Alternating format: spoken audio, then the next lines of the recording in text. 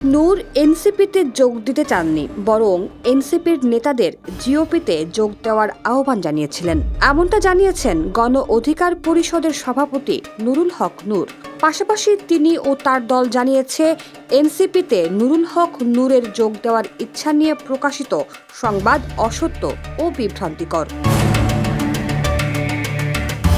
সম্প্রতি নুরুল হক নূর ভাই নিজেই তার দল বিলুপ্ত করে আমাদের সঙ্গে যুক্ত হওয়ার আশা ব্যক্ত করেছেন, কিন্তু আমরা প্রাথমিকভাবে কোনো একটা দল বিলুপ্ত করে আনতে চাইছি না। অনেক ধরনের সমালোচনা হতে পারে, এমন মন্তব্য করেছিলেন এনসিপির আব্দুল হান্নান মাসুদ। দেশের এক বেসরকারি টেলিভিশনের টক শোতে মাসুদ এমন দাবি করেন।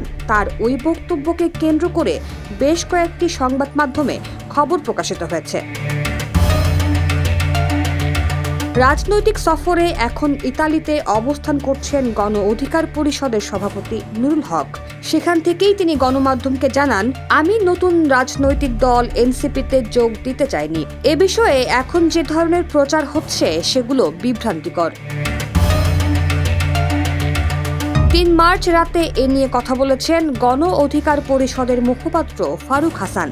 নিজের ফেসবুক আইডিতে দেওয়া এক পোস্টে ফারুক বলেন, গণ অধিকার পরিষদকে নিয়ে একটি গণমাধ্যমের তথ্য উপাত্তবিহীন খবর প্রচারের তীব্র প্রতিবাদ জানাচ্ছি। গণ অধিকার পরিষদকে দীর্ঘ লড়াই সংগ্রামের মাধ্যমে প্রতিষ্ঠিত ও নিবন্ধিত একটি রাজনৈতিক দল উল্লেখ করে তিনি লেখেন, আজকে দলের কার্যক্রম জেলা থেকে উপজেলা এবং ইউনিয়ন থেকে ওয়ার্ড পর্যন্ত বিস্তৃত। এই মুহূর্তে তারুণ্যের ১ নম্বর রাজনৈতিক দল গণ অধিকার পরিষদ।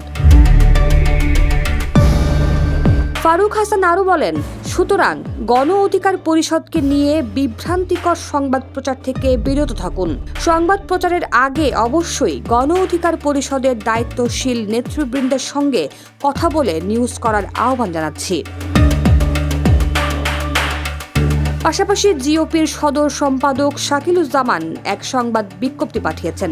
এতে বলা হয়েছে, গণ অধিকার পরিষদ ও গণ অধিকার পরিষদের সভাপতি নুরুল হক নূরকে অসত্য তথ্য ও বিভ্রান্তিমূলক অপপ্রচারের তীব্র নিন্দা ও প্রতিবাদ জানিয়েছেন গণ অধিকার পরিষদের নেতৃবৃন্দ।